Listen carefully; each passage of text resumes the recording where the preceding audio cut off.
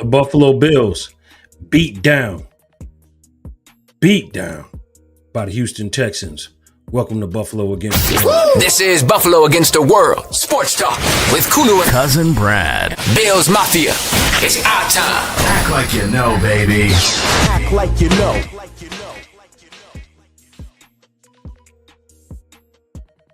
Welcome in another edition of Buffalo Against the World, and it is not a victory for the Buffalo Bills. The Buffalo Bills get crushed, killed, and destroyed by the Houston Texans, and it doesn't look like it based on the score, but it definitely was that. The Houston Texans, the number one defense in the NFL, and they sure looked like it on Thursday Night Football. I mean, the NFL has to do something about this Thursday Night Football stuff because it's really injuries are starting to pile up. But the Buffalo Bills were in it. They had a chance to win this game, guys. Here we go again. Josh Allen. Does he have enough? What do you guys think? Drop comments below. I don't know. I'm seeing this week in and week out. And, it just doesn't look like this team is Super Bowl ready. I'm getting right into it today. We got some news. Possibly being designated to the IR is going to be Terrell Bernard and Spencer Brown, which really hurts. Spencer Brown's been great all season. He had a rough one last night against Will Anderson. I mean, Will Anderson is a savage, man. Third-year guy, defensive end. He's right on the cuffs. He's been training with Micah Parsons and also training with Myles Garrett, and it looked like it. I mean, this man was a man possessed yesterday. He was just going after Josh Allen with a vengeance. And DeMeco Ryan, he had, what they're going to have to do to beat the Bills is they're going to have to hunt the buffalo like a pack of wolves. And they sure did that. They sure did that against this Buffalo Bill offense who just looked pathetic. Once again, here we go having the same conversation, Bills fans. We're having the same conversation about the same tactics that are used to beat the Buffalo Bills. Rush 5, play man coverage, stop the run, and you beat the Buffalo Bills. And this is what we're seeing. We're seeing this year in, year out, game in, game out. We saw Josh Allen's frustration. He finally came out and said it. But just a telltale of this game. Superman meets Doomsday. 8 sacks in this game. Will Anderson had 2.5. He was hit 16 times in this game. How do you expect to have this guy by the end of the season? And it was scary seeing Josh Allen kicking his feet on the ground like that. I thought the season was over. I was so scared. So scared. But this is what happens when Superman meets Doomsday. Special teams, they stepped up. They stepped up big. Turnovers was a problem in this game again.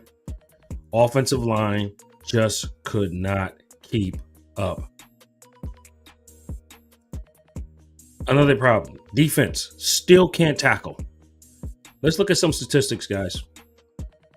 On the statistical side, Josh Allen had 24 for 34, 253, 2 interceptions. Not good enough. James Cook, 17 for 116. Marks had 16 for 74. Nico Collins had 3 for 55. Davis Mills had 16 for 30, 2 touchdowns. And that really was the difference. Khalil Shakir had 8 for 110. Still continued to be the Bills' best receiver. Ty Johnson right behind him with 3 for 45. And Jackson Hall's 2 for 26. Cole Bishop leads the team with 6 tackles. Teron Johnson right behind him. And Buffalo did not touch Davis Mills at all. They didn't sniff this guy. Okay? Buffalo Bills have officially lost to, Michael Penix, Davis Mills, and they've lost to Tua Tagovailoa. So we're seeing this over and over that the Buffalo Bills, it's the same exact formula. The defenses, it's a copycat NFL. You know, people who play Madden can figure this out better than Joe Brady at this point. People who play Madden can figure this out better than Joe Brady at this point. And my real question to all our Bills fans is, what is Joe Brady doing? Let me show you what he's doing. This meme came out today. I had to laugh. I shared with our social media guy, Jay Reezy. This is Joe Brady right here. This is Joe Brady. Drop comments below if you agree. Run up the middle, wide receiver screen. Oh, and we should include since receivers who ran a 4-6 deep every play. I'm sorry. Joe Brady. Please don't get comfortable, sir. And at the position that we're at right now, the fire needs to be on him. And I'm saying this to Sean McDermott. Fans are no longer trusting the process, my friend. The fans are no longer trusting your process. Brandon Beane and Sean McDermott. And it's about time. Because accountability is necessary when it comes to being an NFL coach. Because this is what he's doing here. He's doing the same plays that's not working. And he keeps trying it over and over and over and over again. Brandon Beane told us a few weeks ago, and I called him out on it. What's up, Joey? I called him out on it. I said, look, man, you said this roster, you believe in this 53? Come on, man. Stop playing with us, man. People, anybody can see. NFL analysts are saying the same thing. Okay? They're saying Josh needs help. They're saying it. And what do you keep telling us? That this roster is good enough to win a Super Bowl? Man, please. Please stop lying.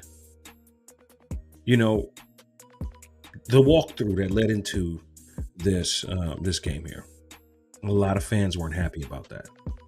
Walking through in practice, you know, we talked about what happened in the preseason when guys like Keon Coleman were being sat and not allowed to play. You're a second-year player, and you're treating Keon Coleman like he's a superstar in this league. And then what happened? It backfired. He has no discipline, and he's been a healthy scratch the past 2 weeks. He's just one of the results. Everybody else we're seeing in this team, they're small. They're not big enough. They're getting pushed around like a bunch of rag dolls. We're seeing it. This team, strength and conditioning coach, was fired last year. I wonder what's going to happen to this one this year, because this is abysmal, man. Guys are dropping like flies. Key players, mind you. Now you have your captain, Terrell Bernard, who may be possibly out for the remainder of the season. Hopefully we'll see him back in return. Spencer Brown, one of your anchors on your offensive line. Here we go again. And this is why I've had an issue 2 weeks ago, and fans were all over me. They were all over me saying, Kulu, you're being too negative. I said, no, I'm a realistic Bills fan. But I know what I'm looking at. I'm looking at a bunch of softies, man. I'm looking at a bunch of softies out here.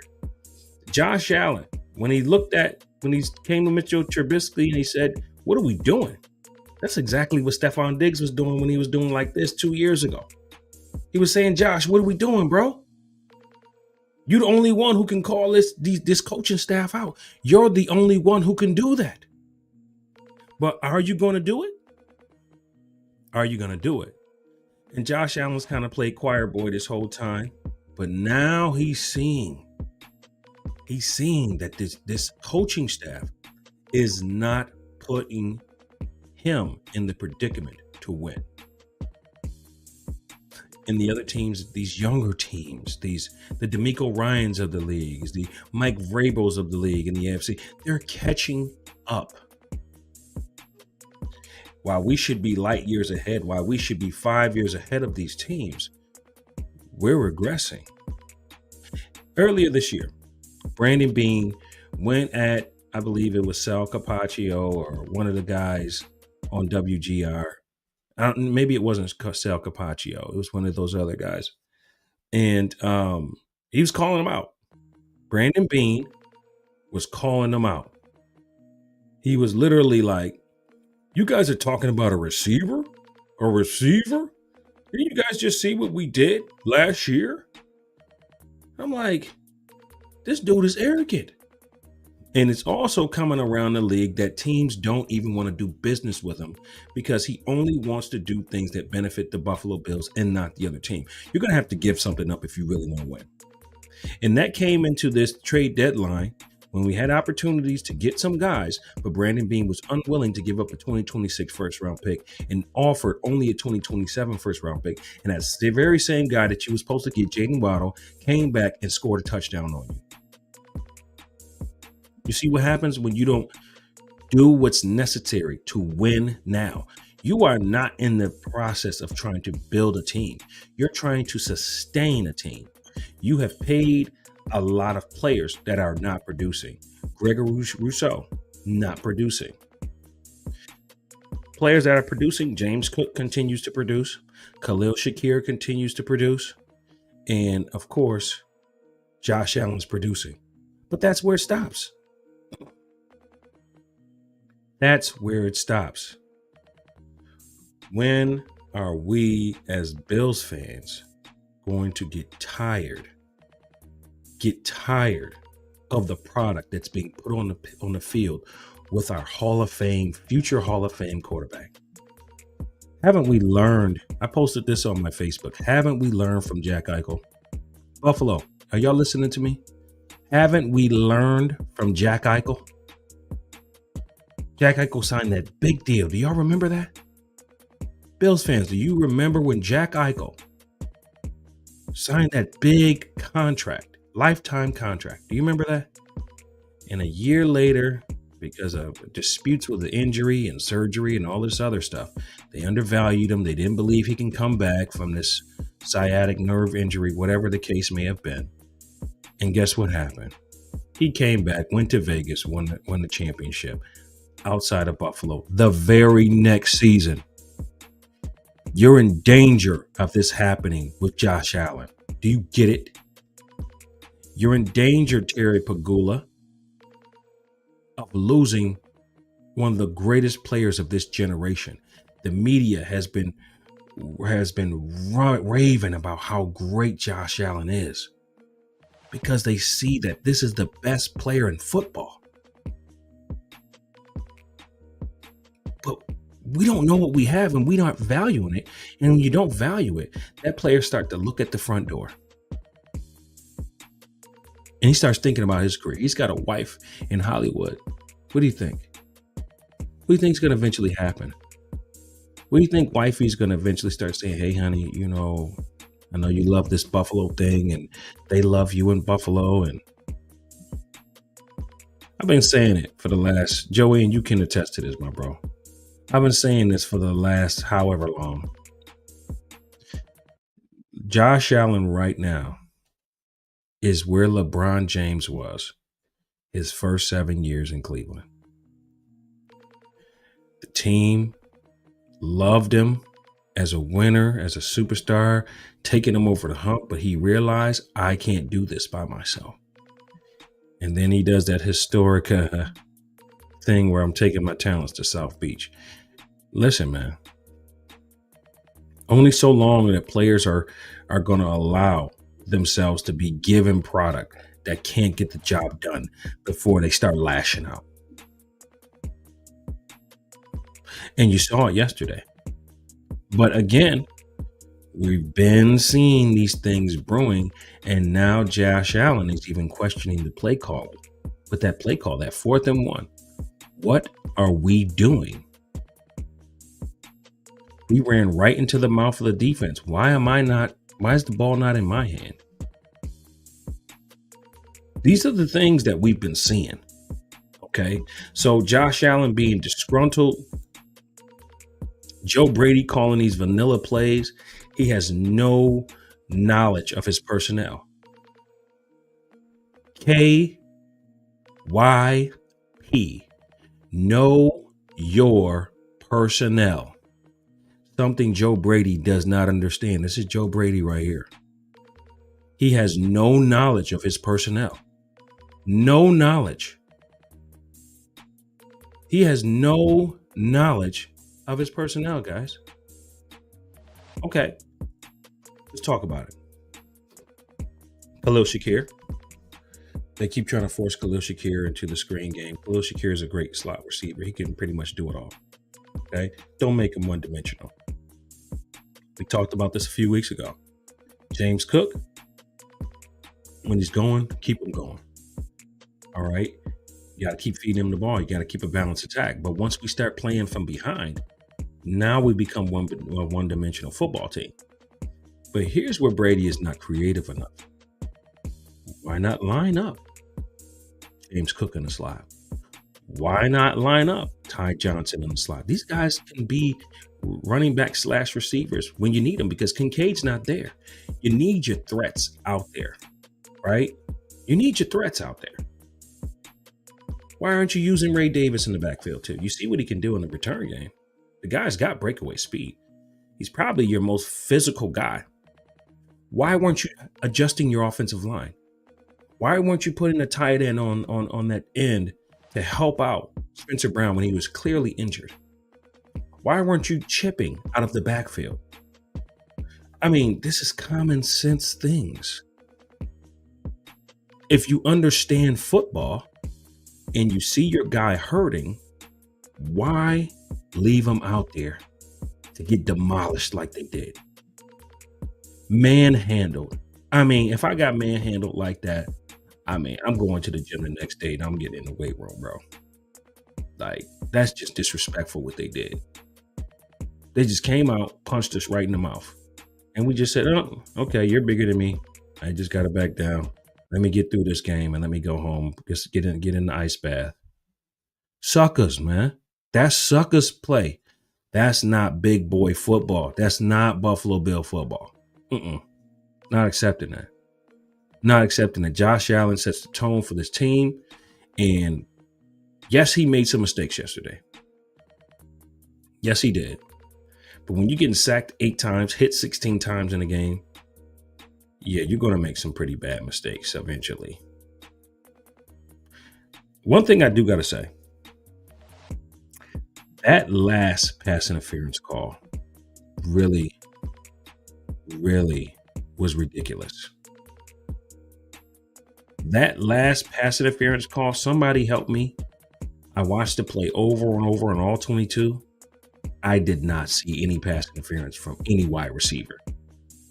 All right. Mind you, Josh Allen threw the ball in the wrong place anyway, so it would have been picked off anyway. So it's really nothing that can be said for that. That's just is what it is. So even if we don't get a pass interference, Josh didn't throw it to Dawson Knox, who was wide open in the flats, and, you know, it's intercepted anyway. So one way or the other, we were losing that game. That call didn't matter that much.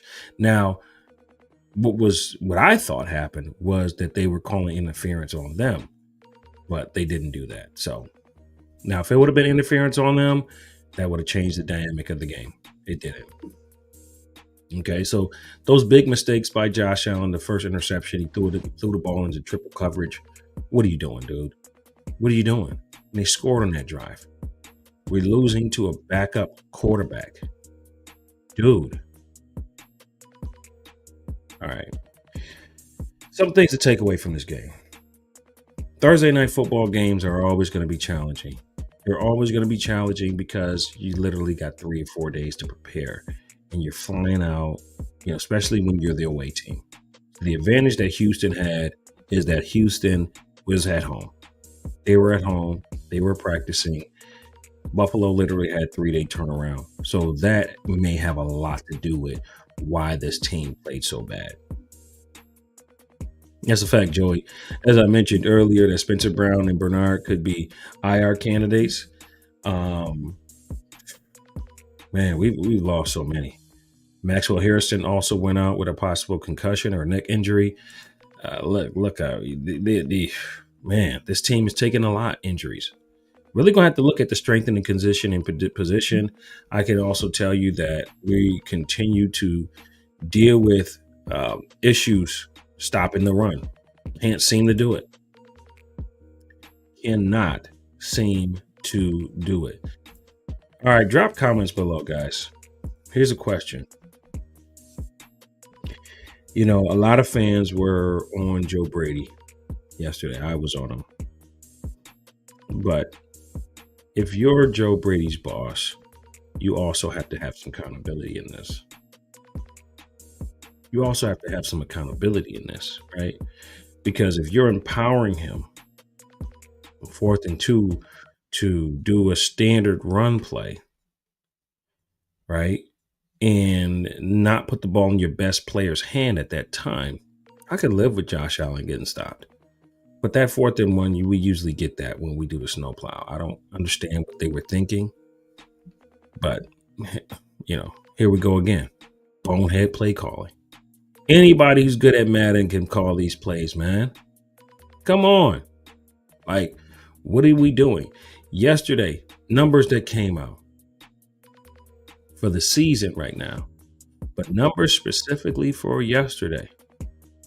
On 3rd downs, Josh Allen has been sacked this year 15% of the time.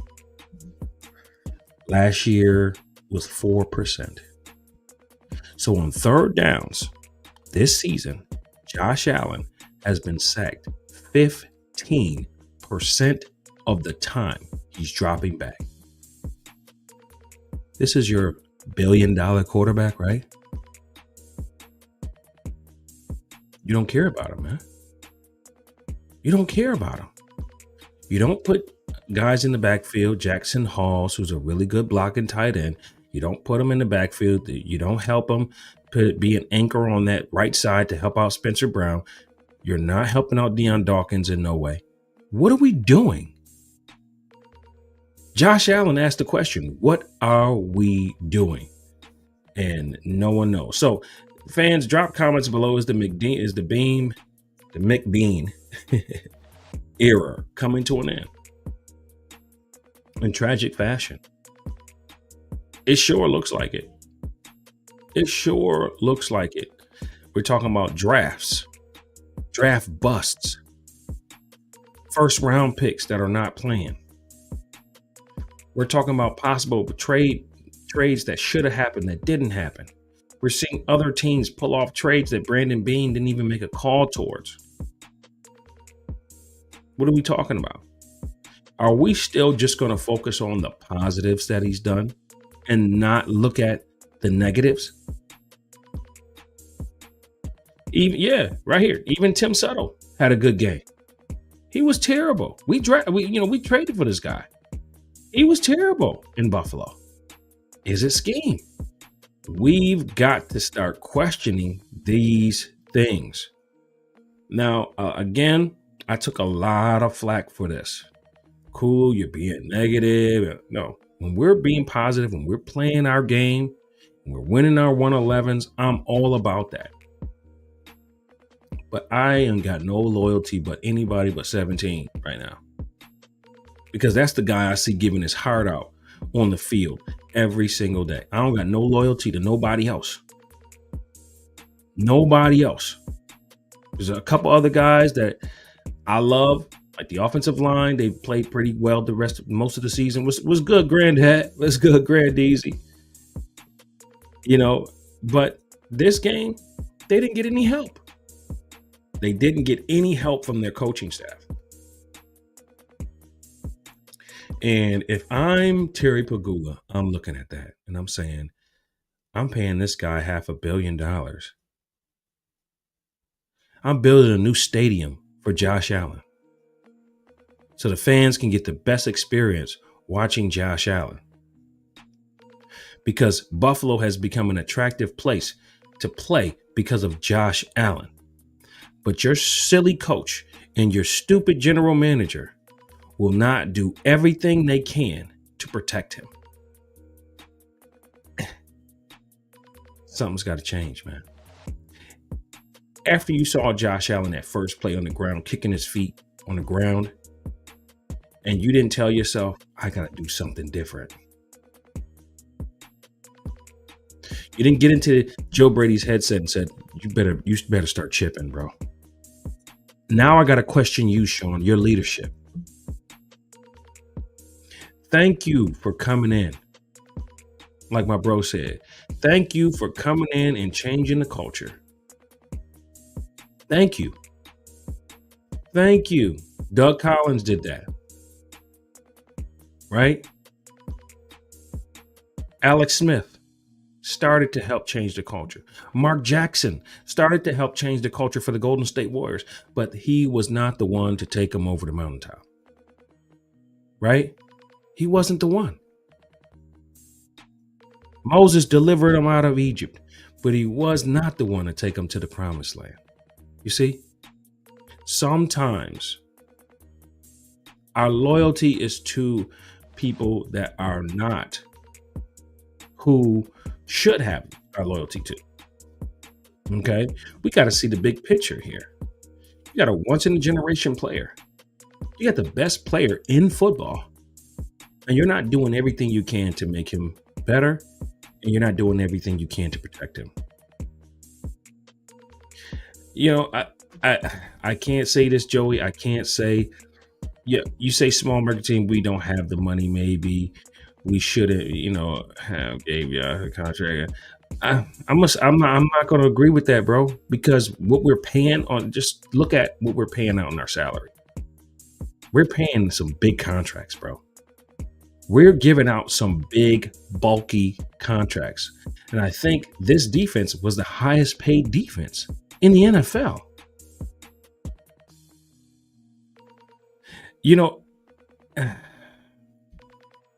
It's bad news, man. You got the Patriots. They're coming in with, they're going to have a lot of cap space next year. And they're already, passing us right now. So we're seeing these things happen. Something's got to change. Again, one of the takes that we do need to address here. We need to understand that Thursday night is a tough turnaround. It's something I think the NFL should just get rid of. But I know it's a money grab, whatever the case may be. But it's really hurting the NFL. And if you look at most of these Thursday night games, it's a lot of injuries. And it's also low scoring games because the lack of being able to prepare for that game. All right. So it's very tough on Thursday night football, especially when you just played on Sunday. Now, let's just say the week before you played on a Monday night and then you're going to play next week on a Thursday night. Okay. Now that would be better. Okay. But when you're going from Sunday to Thursday, that's very tough. Very tough. And then you got to fly to the other city. It's not a recipe for success. And I think the NFL really needs to look at that and really needs to evaluate, how it is what it is. Yeah. All right. So that will take us to our next segment, which is going to be our winner segment. We'll be right back. It's us against the world. It's us against Buffalo against the world. It's us against. All right, Bills fans. Josh Allen called it out. He said, "What are we doing?" All right. Josh Allen clearly is very frustrated with this coaching staff. Is this a win for a sin for Buffalo? Drop comments below that Josh Allen is finally calling out his coaching staff. When he says, "What are we doing?" he's clearly saying after that 4th and 1, why are we running that play? He's clearly saying that. Okay. Is it a win or a sin that Josh Allen has finally gotten to the point in his career where he's calling out coaching? I think it's an absolute win. It's an absolute win because now they know. Now drop comments below if you think this is a win that Josh Allen is finally calling out the coaching staff. I think it's an absolute win. About time, bro. Josh Allen, you've been a choir boy a little bit too long, man. Nice guys sometimes finish last. This is not a race for a woman's heart.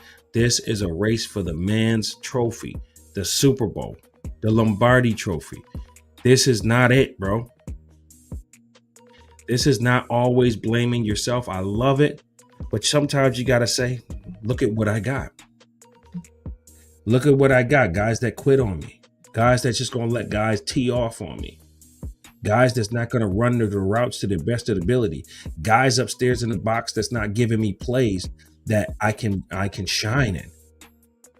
And clearly, we saw it last week against the Bucs. Josh Allen bought so much time for himself to give him those passes that he threw to Shavers. What happened to Shavers yesterday? What happened? He had no targets yesterday. It's like guys do good, they don't play them. Guys that don't deserve playing time, they play them. What are y'all seeing that we don't see? It just makes no sense. I'm glad that Josh Allen's finally calling it out. Stephon Diggs did it. He got annexed and got kicked off the team. I mean, some of his antics was a little out of control. But the thing is, I look at it as a mirror thing. When Josh Allen had his head down 2 years ago after that Chiefs loss. And, you know, Diggs was like, yo, bro, what are we doing? What are we doing? It looked like Josh said the same thing yesterday. I mean, what do y'all think, man? Is this good for the Buffalo Bills that Josh Allen is calling out the coaching staff? Drop comments below. Just put win or sin. If you think it's a sin that Josh Allen is doing that, you know, that's your choice. But I think it's an absolute win. It's only going to make us better when your leader starts getting a little bit more fiery and then starts expressing his frustration for what his coach is doing. Look, I've been saying it for years. This is not the guy that's going to get us to the Super Bowl. McDermott will tell you right in your face, and Bean will be right hand in hand with him saying, hey, this is the best roster, or I believe in this 53, or I did, you know. You said it, bro. You said it. So he said, sometimes I don't even think they take care of Josh, to care about Josh, because if they did, they would have closed the stadium and gave him better opportunities. Maybe, bro. This stuff right here, it's out of hand and it's becoming a real problem. All right, that'll lead us to our hater. If there's any haters in here right now that don't have nobody to hate on, feel free to hate on me. Keep the hate coming. Buffalo Against the World show. Turn me up some more so my haters can hear. Oh, this guy right here, hater of the week, bro. You looked absolutely ridiculous yesterday, Joe Brady. This is our Bills Mafia, Buffalo Against the World, hater of the week, Joe Brady, with your predictable vanilla play calling. Yeah, Joey said it again. Diggs was right. And because he was trying to get us to put our best effort forward, and when Diggs was not the yes man to McDermott, they expired his contract. And that's what McDermott does. He did the same thing with Brian Daboll. Brian Daboll left, though. He gracefully left for a better position. But they were butting heads. And this is exactly why when Bills fans a few weeks ago after Daboll got fired in New York, people were saying, Buffalo, bring Daboll back. McDermott said, not a chance. You know why he said that? You want to know? Because McDermott understands that he could be looking at his potential replacement. And he ain't no fool. He's not a fool. If he brings back Daboll and this season goes down, and Daboll, he possibly will accuse Daboll of sabotaging the season or something like that, Daboll would be next in line to get the offer, to get the head coaching position. And there's no way. Leslie Frazier was another one. He was another one who said, I'm out of here, man. I'm gone. I'm not going to be taking the blame for what this guy's doing. For that 13 seconds, I didn't call that call. But because I'm the defensive coordinator, it makes it look like I made that call. I didn't call that call.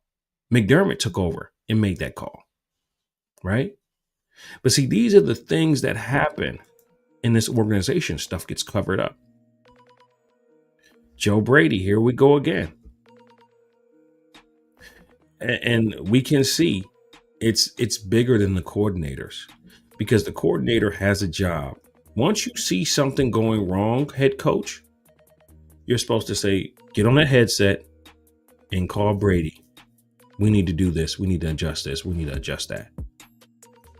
Now, one of the positives from this game, we got to give credit where credit is due, is second half points weren't really a factor for Houston. So second half, Buffalo continues to do well defensively, better in the second half.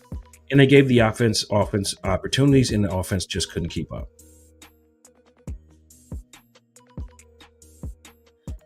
You know, again,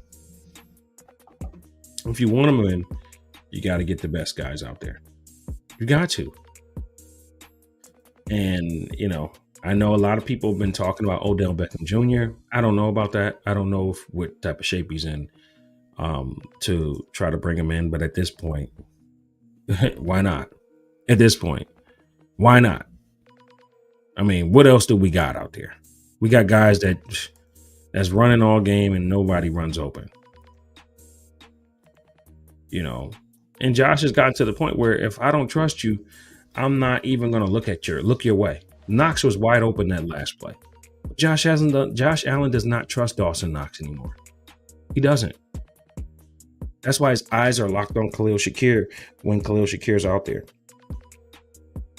So that's just what it is. And that comes from the trauma all of these years. You know, it's unfortunate. It's crazy. It's unfortunate. But it's time for Buffalo to open up their eyes. Here's some positives going forward. We got Pittsburgh coming up. We got 10 days. 10 days. We got some recovery time. Hopefully we can get some guys back healthy. Hopefully Maxwell Harrison will be okay.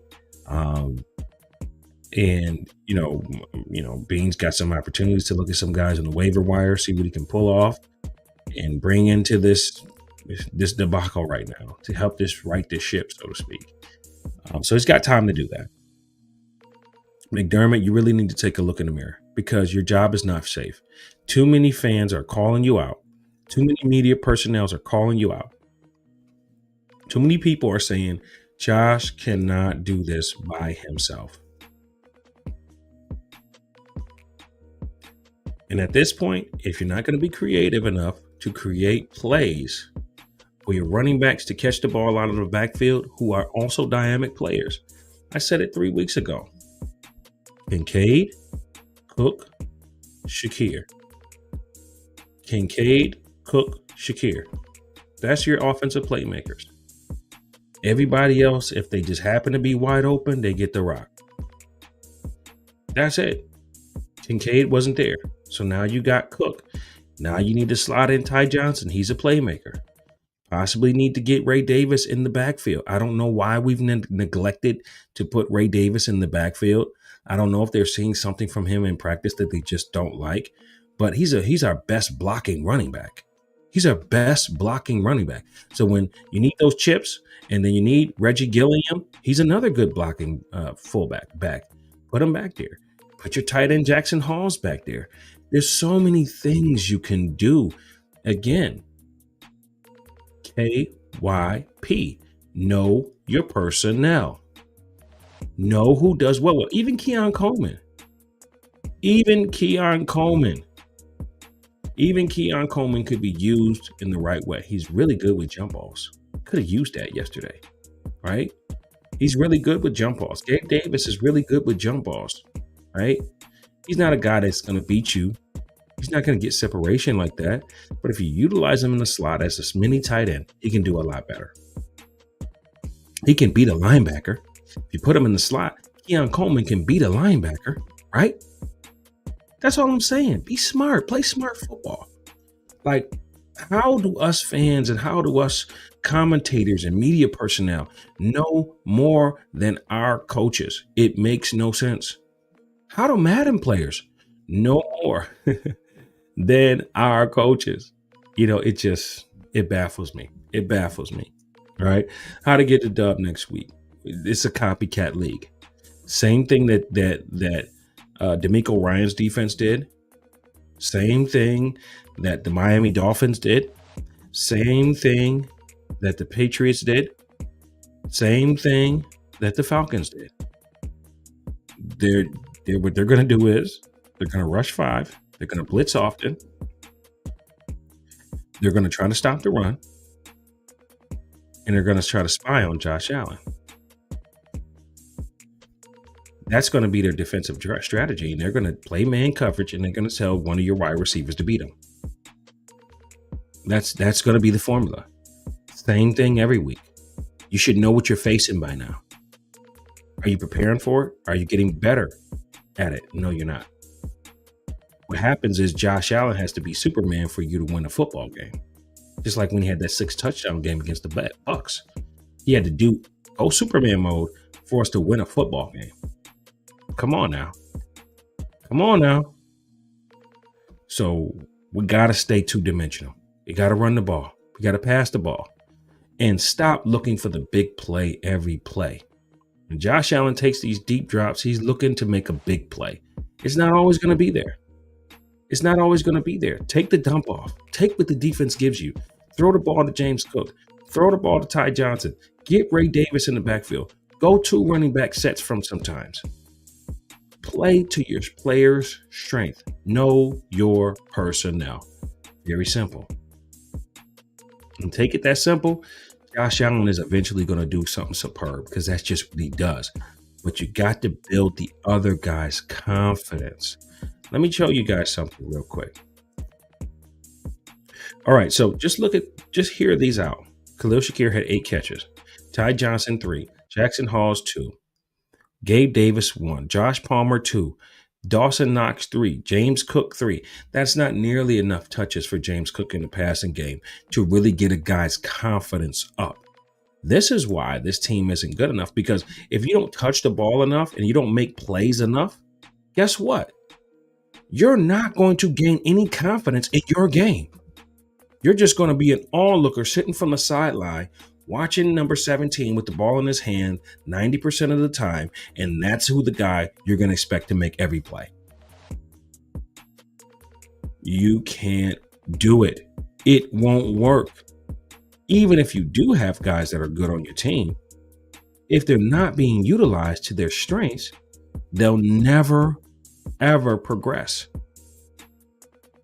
Got to get them involved. So that's something that I think that the Bills need to focus on getting their main targets involved. Joe Brady, we've been saying it all season, he does not scheme his guys open. Something he needs to step his game up on. And Sean McDermott needs to put him under fire and say, hey, listen, if we don't start seeing these necessary changes, we're going to have to move forward somewhere else. And I hope it's Brian Daboll. I really hope it's Brian Daboll. I really do. Why? Because that will bring a smile on Josh Allen's face, to see another familiar guy come back to this team, a guy that he trusts, a guy that he's won with, right? A guy that they felt they were one step away from the Super Bowl before he left. A guy that knows his personnel, right?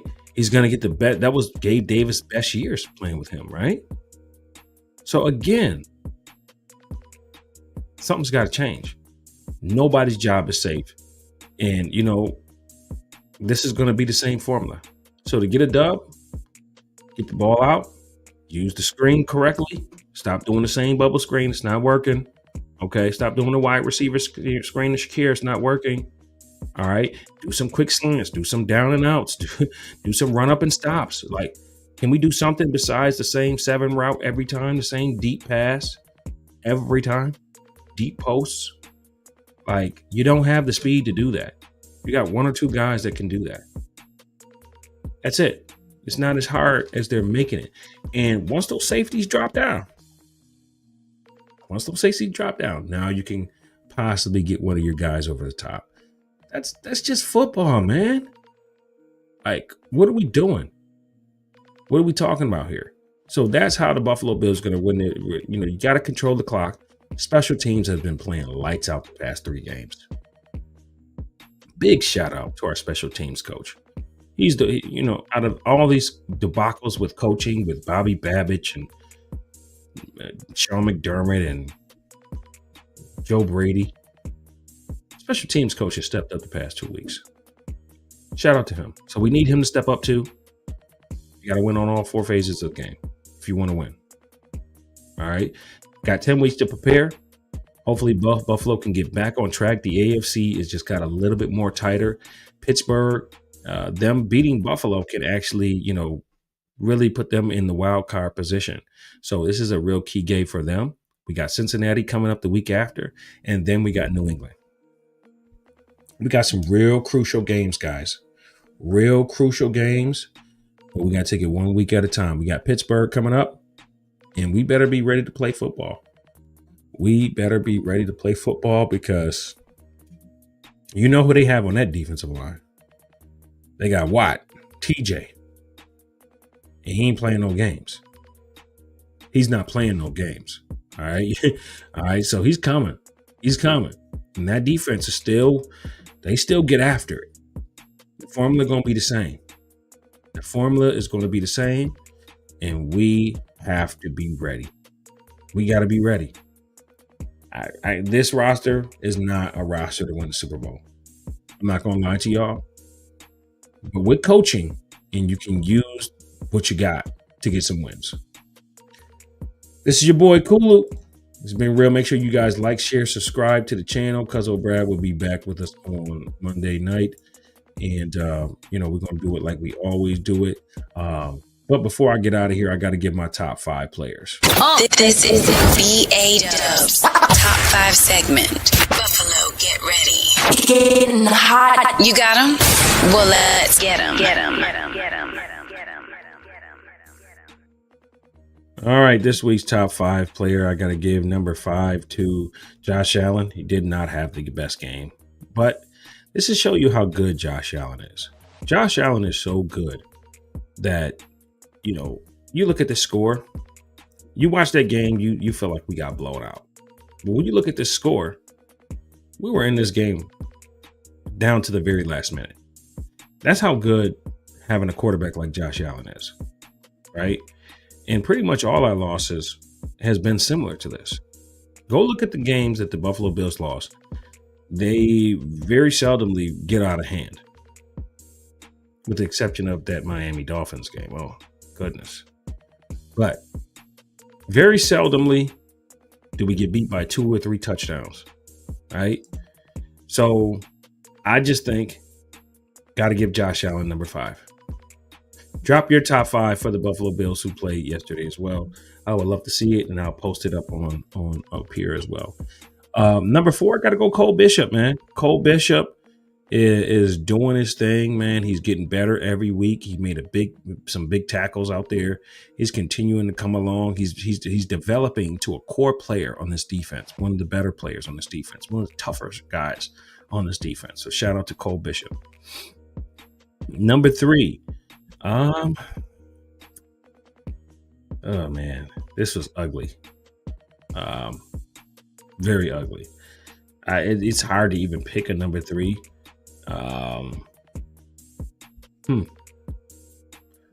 Offensive line was terrible. Defensive line was terrible.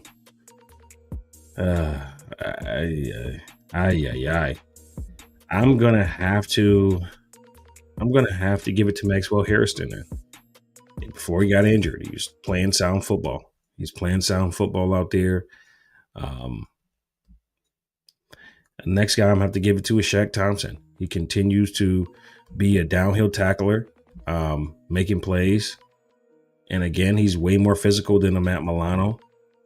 Really like him, and he's going to be probably a full-time guy now that Bernard's headed to the IR. So, is a candidate for IR. So, look forward to seeing what he got. And then number 1's got to be James Cook. You know, we got to feature him a lot more. When you can't get him in the run game, you got to get him in the pass game. Those are things that I think the Buffalo Bills need to do. Those are our top 5 players. And it's the recipe to win. Staying balanced.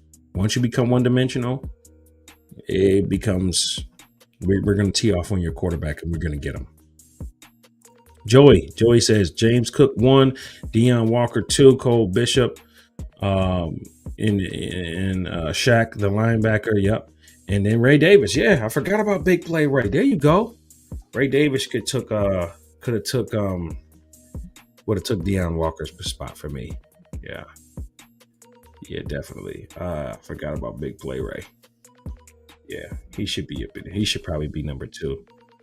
Yeah, he'll be number 2. And we got to get Ray Davis some more touches. We got to get this guy some more touches. So, as we see, hopefully you'll see us again Monday. Hopefully we're talking about a victory Monday and not another depressing Monday. It's just been tough being a Bills fan this year. Hopefully our guys get it together. We've been here before. 2023, we were 6-6 at the halfway mark. We were 6-6 at 12 games in. We're not there. So, and we came back, we won the division. Granted, the division wasn't this good at that time. So look, man, all is not lost. Anything can happen in the NFL. Stay focused, stay locked in, stay Bills Mafia. And hopefully these guys figure it out. But I'm telling you, if not, some heads gonna fly. This is Kulu, Buffalo against the world. This is Buffalo against the world. Sports Talk with Kulu and Cousin Brad. Bills Mafia. It's our time. Act like you know, baby. Act like you know.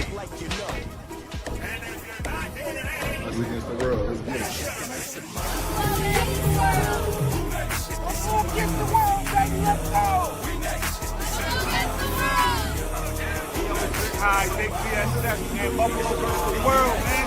It ain't for anybody. It's against the world. It's against the world.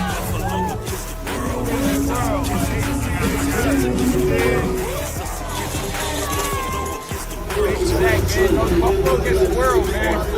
Buffalo against the world. I know what's going on, man. We out here. We outside, man. We outside. Buffalo against the world. The mafia, the fan base that adopt you. On Sundays, we are not cool. Any other days, we're ride with you. We heaven sent, we're handling win. We spoke to God and said thanks, though. Heaven cool.